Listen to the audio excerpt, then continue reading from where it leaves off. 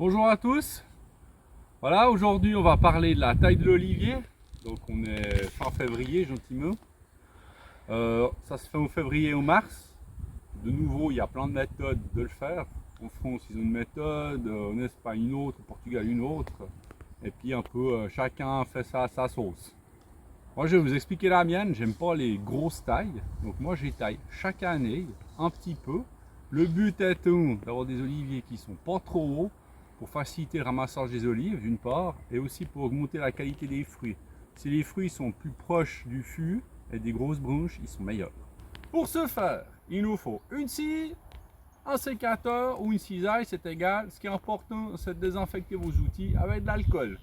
Alors, important, observez votre arbre, regardez ce que vous allez couper depuis en bas, parce qu'une fois que vous êtes dedans, c'est tout de suite plus compliqué. On a un concept assez simple pour l'olivier, on dit qu'un oiseau doit pouvoir passer à travers.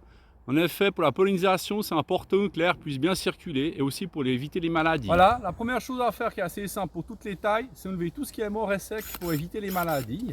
Tous les petits rejets que vous voyez ici, on les enlève pour amener un maximum d'air.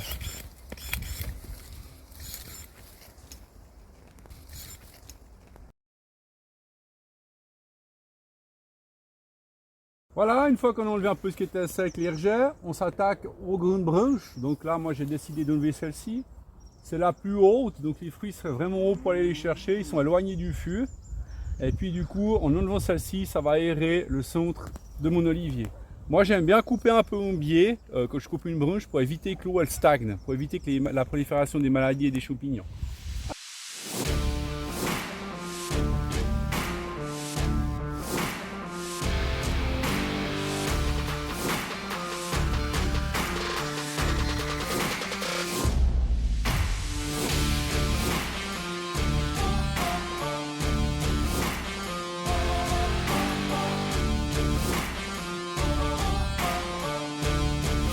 Produit fini, donc on a bien aéré, on a gardé quelques rameaux.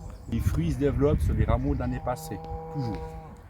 Donc là, j'ai laissé des grandes branches que je couperai l'année prochaine et d'autres qui vont remplacer. Ce qui me permet de garantir ma récolte d'olives chaque année et d'avoir une bonne qualité. Du reste, on a chaque année maintenant de l'huile extra vierge.